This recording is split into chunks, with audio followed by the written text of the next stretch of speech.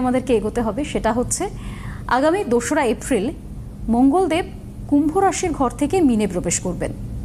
তার পারিপার্শ্বিক কি প্রতিক্রিয়া হতে চলেছে সেই বিষয়ে আজকে আমরা কথা বলবো, এবং অবশ্যই আপনারা ফোন করুন, সরাসরি কথা বলুন বলে নাম্বার যাচ্ছে, দাদার সঙ্গে কথা বলতে পারবেন। এই অনুষ্ঠান যার আমার সাথে আজকে তিনিই রয়েছেন, জ্যোতিষ এবং সংখ্যাতত্ত্ববিদ কৌশিক ডিকাশ্বর। অনেক স্বাগত। নমস্কার সকলকে, আমার আন্তরিক প্রীতি, শুভেচ্ছা, অভিনন্দন, বড়দের আমার শ্রদ্ধা এবং প্রণাম জানিয়ে, এবং বৃষ্টির কথার রেশ ধরে অবশ্যই বয়ঃকনিষ্ঠ রাহুল ব্যানার্জি আমার থেকে, সুতরাং তার এই মর্মান্তিক মৃত্যুর রহস্যভেদ এইসবে না গিয়ে তার এই মর্মান্তিক পরিণতির জন্য তার বিদেহী আত্মার প্রতি আমরা সশ্রদ্ধ প্রণাম নিবেদন করছি। তার পরিবারজনকে ভগবান দৃঢ় রাখুন, শান্তিতে রাখুন, মসৃণতায় ভরিয়ে দিন।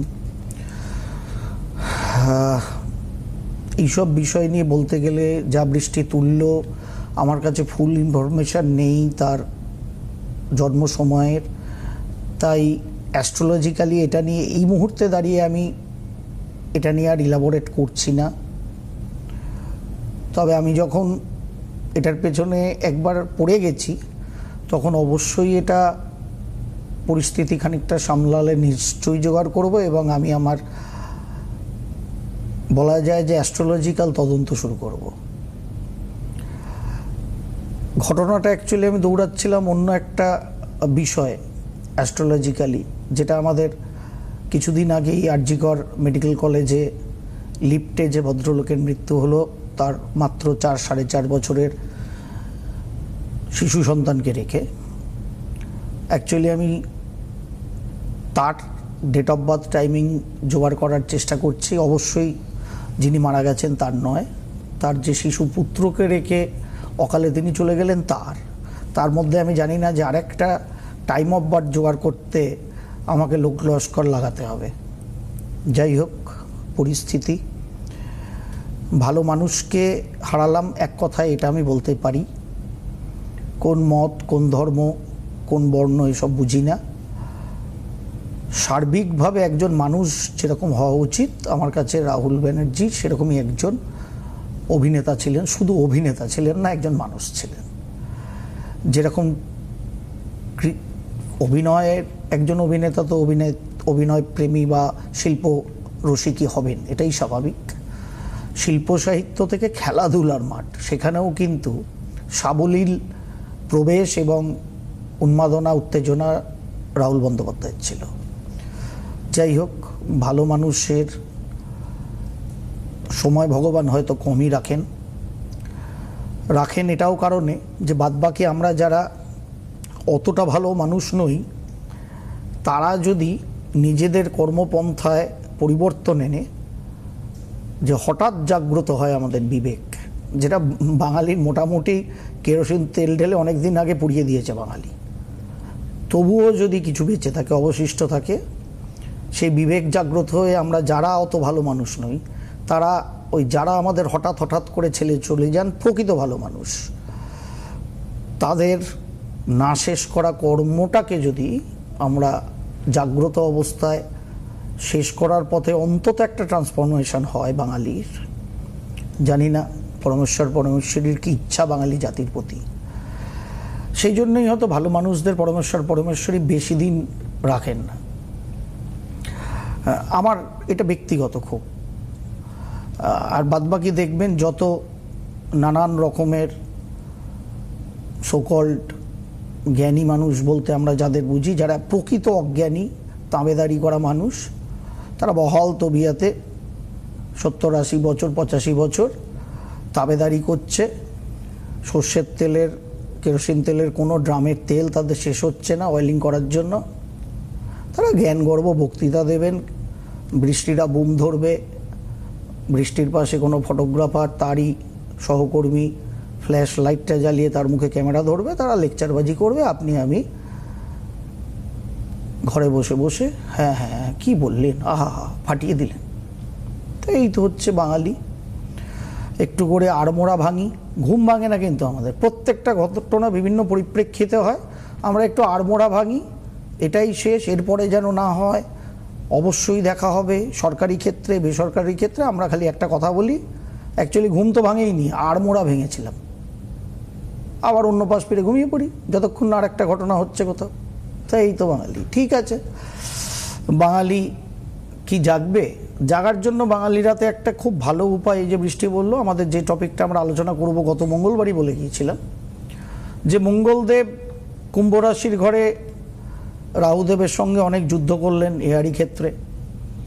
এবার আগামী 2 তারিখ 2রা এপ্রিল মীন রাশির ঘরে প্রবেশ করতে চলেছেন, কিন্তু খুব একটা সেই মীন রাশির ঘরটাও তার পক্ষে খুব একটা উপযোগী ঘর না, কিছুটা বেটার এই আর কি।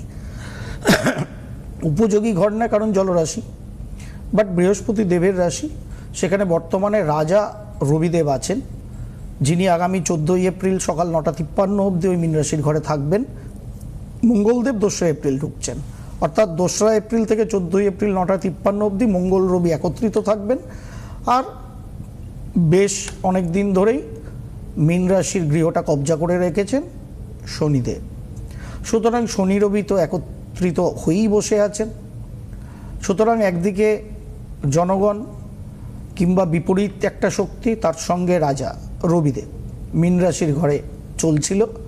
এবার মঙ্গলদেব সেখানে প্রবেশ করবেন। খুব সিগনিফিক্যান্ট একটা ব্যাপার আছে মঙ্গলদেবের। দেখুন, সব গ্রহই তো ঘুরতে ঘুরতে এক রাশি থেকে আরেক রাশিতে যায়, এটা স্বাভাবিক নিয়ম, এটা অ্যাস্ট্রোনমিক্যাল কনসেপ্ট, অ্যাস্ট্রোলজিক্যালি এটাকে আমরা ডেসক্রাইব করি, নর্মাল ব্যাপার। কিন্তু এই বছরের যে মঙ্গলদেবের প্রবেশ আগামী 2 তারিখ বৃহস্পতিবার বৃহস্পতি দেবের ঘরে, সেদিন একটা ভেরি সিগনিফিক্যান্ট ম্যাটার আছে।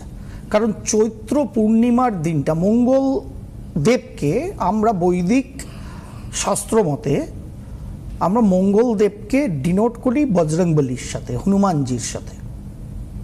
এবং চৈত্র পূর্ণিমার তিথিতেই সেই মহান বীর বজরংবলী তার জন্ম। সুতরাং সেই চৈত্র পূর্ণিমা তিথিতেই, যেদিন বজরংবলীর হনুমানজির জন্ম জয়ন্তী, সেদিনই মঙ্গলদেব প্রবেশ করছেন মীন রাশির ঘরে। মানে বলা যায় এটাকে একটা অদ্ভুত একটা কানেকশনস এবছরে আছে। এবং যখনই মঙ্গলদেব প্রবেশ করবেন, সেখানে শনি এবং রবি অলরেডি আছেন, মঙ্গলদেব যাবেন, অর্থাৎ রাজা সেনাপতিকে সঙ্গে পেল, জনসাধারণ আছে, মানে শনিদেব আছেন।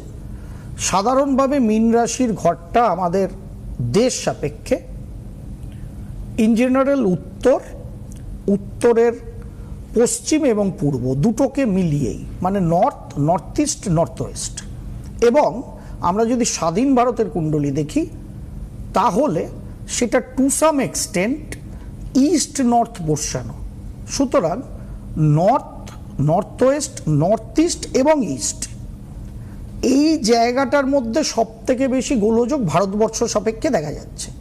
সুতরাং উত্তর পশ্চিমাংশ, উত্তর পূর্বাংশ এবং পূর্বাংশ, শনি, মঙ্গল এবং রবিদেব আগামী 14ই এপ্রিল অবধি রবিদেব থাকবেন, তারপরে রবিদেব মেষ রাশিতে সরে যাবেন, কিন্তু শনি মঙ্গল থাকবেন মে মাসের মিডল অবধি।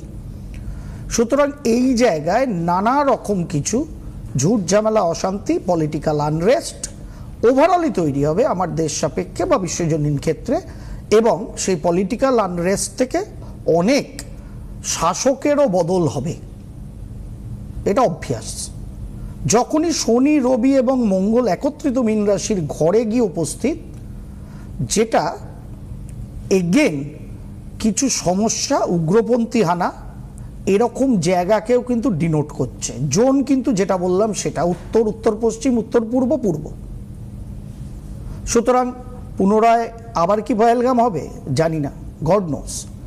চৈত্র প্রতিপদাদির নতুন চান্দ্র বছরের ছক যারা সম্ভবী অ্যাস্ট্রো শুনেছেন, দেখেছেন, তারা জানেন। অলরেডি বলেছি, ভারতের বিভিন্ন শহর সন্ত্রাসবাদী হানা থেকে এই চান্দ্র এবং সৌর বছরের শুরু, অর্থাৎ এপ্রিল মে, এবং ইংরাজি বছরের শেষ বা বাংলা বছরে ধরতে গেলে কার্তিক মাসের মিডল থেকে অগ্রহায়ণ মাস, নভেম্বর ডিসেম্বরের মিডল অবধি খুব অ্যালার্মিং সিচুয়েশনে থাকবে। তার মধ্যে মঙ্গল শনির একত্রীকরণ এই জায়গাটা কিন্তু আরও বেশি ট্রিগার করছে। ভারতবর্ষের যেহেতু শনি মঙ্গল একত্রিত এবং সঙ্গে রবিদেবও থাকবেন, ভারতবর্ষের যুদ্ধ ব্যবস্থা, যুদ্ধ সামগ্রী এইসব নিয়ে আরও বেশি ফান্ডিং তৈরি হবে। এবং যেহেতু জলরাশি মঙ্গল ছিলেন বায়ুকারক কুম্ভ রাশির ঘরে, সেখান থেকে যাচ্ছেন জলে, তাহলে কি এয়ার ক্র্যাশ থেকে এবার ক্র্যাশটা জলে এলো? হ্যাঁ এলো। একেই তো মোটামুটি কালবৈশাখীর একটা ওয়েদার চলছে, এরপরে প্রাক মনসুন সিজন আসবে এবং তারপরে মনসুন সিজন আসবে। অন্ততপক্ষে মে মাসের মিডল অবধি যতক্ষণ মঙ্গল মীন রাশির গৃহে থাকবে, জোন আবার বলছি এক, north surroundings, north east, north West এবং টু সাম এক্সটেন্ট ইস্ট, বিভিন্ন রকমের ওয়েদার ক্যালামিটিস, ন্যাচারাল ক্যালামিটিস হবে। সেখানে ভয়ঙ্কর আবার ল্যান্ডস্লাইড হতে পারে, হড়পা বানের প্রাদুর্ভাব দেখা যেতে পারে। সুতরাং যারা এপ্রিল মে মাসে কোনো ট্যুর, নর্দার্ন সেক্টরেই তো আমাদের ম্যাক্সিমাম পাহাড়ি অঞ্চলগুলো, যারা করে রেখেছেন তারা একটু আগাম বুঝে শুনে দেখে শুনে আমার মনে হয় ডেটটা করলে ভালো। সেই ডেটটা যদি 15ই মের পরে করে দেওয়া যায় তো আরও ভালো। তার কারণ বিভিন্ন হরপাবান, ল্যান্ডস্লাইড, প্রাকৃতিক দুর্যোগের ইন্ডিকেশন কিন্তু মীন রাশির ঘরে শনি মঙ্গল দেয়া শুরু করবে 2রা এপ্রিল থেকেই। এবং রবি যতক্ষণ থাকবে সেটা বিভিন্ন রকম পলিটিক্যাল ক্ল্যাশেস, পলিটিক্যাল আনরেস্টও কিন্তু চলবে, গ্লোবালি চলবে, আমার দেশেও চলবে। এবং আমার স্বাধীন দেশের হরস্কোপে দেখেছেন মোটামুটি ব্লাড শেড হচ্ছে শেয়ার বাজারে, এটার কিন্তু কন্টিনিউইটি থাকবে। সুতরাং যারা ইনভেস্টার, যারা ইনভেস্ট করে অনেক রোজগার করবো ভাবেন, ভালো সময়, পকেটে পয়সা থাকলে শেয়ার বাজারে ইনভেস্ট করতে থাকুন। কারণ এন্ড অফ দ্য এই যে রক্তপাত হচ্ছে, এটার পরে রিকভারি হবে, রিকভারি হয়ে আবার রক্তপাত হবে end of the year share বাজারে, অর্থাৎ পুজো দেয়ালির পর বা ওই সময়টা থেকে। সুতরাং এর মধ্যে একটা 6-7 মাসের হয়তো রিকভারি টাইম আসবে, কিন্তু ওখানেও আবার রক্তপাত হবে। এখন পকেটে পয়সা না থাকলে পয়সা জমান, যে অক্টোবর, নভেম্বর, ডিসেম্বরের শুরুতে গিয়ে আবার যখন শেয়ার বাজারে রক্তপাত হবে তখন ইনভেস্ট করবেন। টিপ অবশ্যই নিজের বুদ্ধি এবং আপনাদের যারা সাজেশন দেয়, অর্থনৈতিক সাজেশন দেয়, সেই সমস্ত লোকেদের থেকে পরামর্শ নিয়ে নেবেন। বাট অ্যাস্ট্রোলজিক্যালি যেহেতু শেয়ার বাজারে প্রচুর মানুষ ইনভেস্ট করেন, আমি সবসময় ইনভেস্টমেন্টেরই পক্ষে, ফাটকার পক্ষে না। তারা এই সময়গুলোকে কাজে লাগাতে পারেন।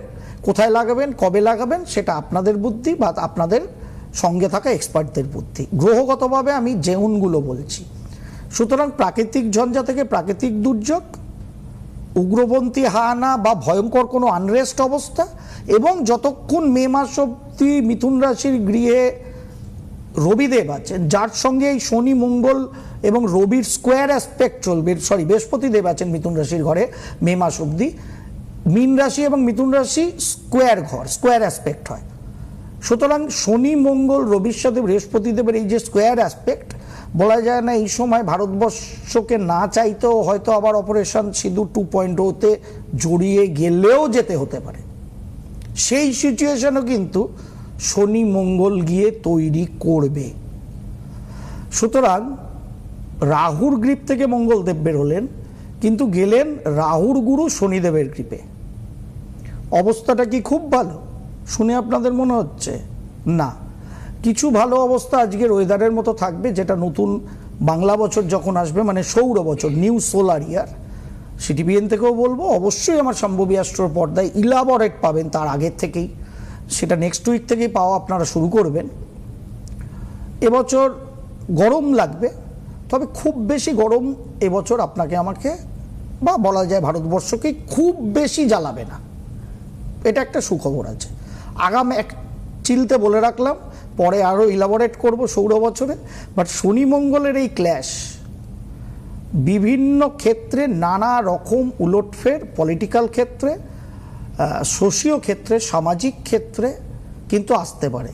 আপনাকে আমাকে অ্যালার্ট হতে হবে, সচেতন হতে হবে, বুঝে শুনে রিয়াকশান দিতে হবে, বুঝলেন তো? আবার একদম রিয়াকশান না দিয়ে হ্যাঁ হ্যাঁ বলা সং হওয়াও ঠিক না আধুনিক যুগে, সেটা যেন আবার বাঙালি না হয়ে যায়। কারণ আমরা খানিকটা ওরকমই হয়ে গেছি, হ্যাঁ হ্যাঁ বলা সং।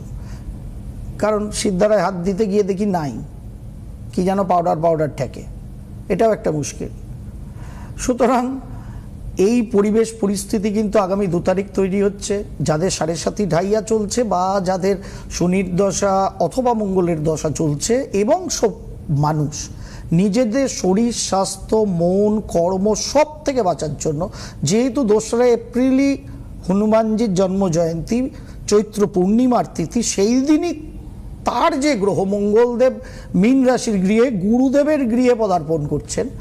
সুতরাং হনুমান চালিসা সর্বান্তকরণে অন্তত দিনে 1বার, পারলে 3বার পাঠ করুন।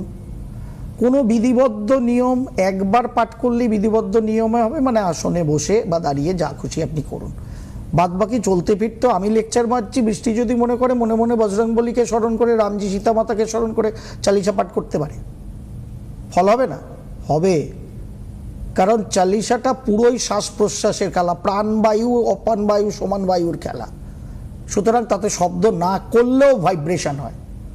আর বজরংবলী আমাদের অভ্যন্তরস্থই আছেন। খালি রামজি যেরকম বজরংবলীকে জাগিয়েছিলেন না, যে তুমি পবন নন্দন, পবন কি এক জায়গায় দাঁড়িয়ে থাকে? যেখানে খুশি যেতে পারে। অতএব এই সমুদ্রটা কোনো সমুদ্রই না তোমার কাছে, এক লম্পে তুমি চলে যেতে পারো। বজরংবলী সেটাতে জাগ্রত হয়ে নিজের শক্তিকে যেরকম পুনরুদ্ধার করেছিলেন, সেরকম আপনার আমার ভেতরেও বজরংবলী আছেন প্রাণ বায়ু আকারে। ওই প্রাণ বায়ুটাই বজরংবলী। আর মনের যে রথটা চলে, সেখানে নাকি 7টা ঘোড়া আছে। দেখুন আমাদের ষড়চক্র আর সহস্রার 7টাই। যাই হোক, অনেক ব্যাপক হবে, অন্যরকম অনুষ্ঠানে চলে যাব। তার কারণ হংস চঞ্চু তো আমাদের নেই, দুধ তুলতে আমরা খুব কম জানি, আমরা জল খেতেই অভ্যস্ত। জল যেদিকে চল সেদিকে। কেউ ফোনে অনেকক্ষণ দাঁড়িয়ে আছেন, এইসব কথা বলতে গেলে 25 মিনিটের অনুষ্ঠানই না, 2-2.5 ঘন্টার পডকাস্ট হতে হয়। তাহলে যারা চান হংসচঞ্চু হয়ে দুধ নিতে, তারা অনুভব করতে পারবেন আমাদের শাস্ত্র কি বলেছে, আমাদের জ্যোতিষশাস্ত্র কি বলেছে, আমাদের আধ্যাত্ম বিজ্ঞান কি বলেছে। সেখানে নাসা ভাষা, আমার ভাষায় শিশু। কিন্তু ওই আমরা তো কুম্ভকর্ণের জাত, কি করা যাবে বলুন? শুধু বাঙালিরা না, অন্তত হিন্দুরা, যার ফলে আমাদের এই দুর্দশা। কেউ ফোনে আছেন, নিয়ে ফেলি। একদম, অনেকক্ষণ ধরে কেউ একজন ফোনে অপেক্ষা করছেন আমাদের জন্য, দাদার সঙ্গে কথা বলার জন্য। হ্যালো, কে বলছেন, কোথা থেকে